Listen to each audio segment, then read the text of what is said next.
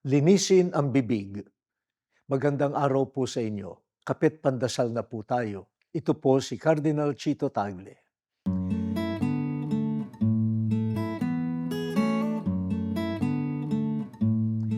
Isa sa mga masiselang karanasan natin ay paano sasabihin sa kaibigan o kakilala mo na medyo mabaho ang kanyang hininga o may tinga ng pagkaing nakasabit sa pagitan ng kanyang ngipin o kulay brown na ang ngipin niya o nababasa ka na sa talsik ng laway niya habang kinakausap ka.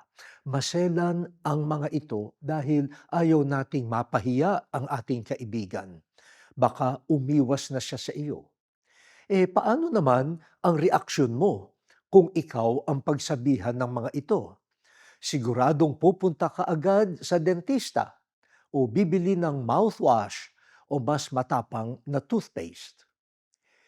Hindi lang po pagkain at sira ng ngipin ang nagpapabaho ng bibig. Mas malala ang epekto ng pagsisinungaling, pambubusabos ng kapwa, maling pambibintang, panghuhusga, pagtataas ng sarili at pagmumura. Ilang halimbawa po ito ng sanhi ng maruming bibig. Para linisin ang bibig, hindi mouthwash at sipilyo ang gamitin, kundi ang katotohanan, paggalang, pagpapalakas loob ng kapwa, at pagpupuri sa Diyos. Sana sa Pasko, malinis na ang bibig natin.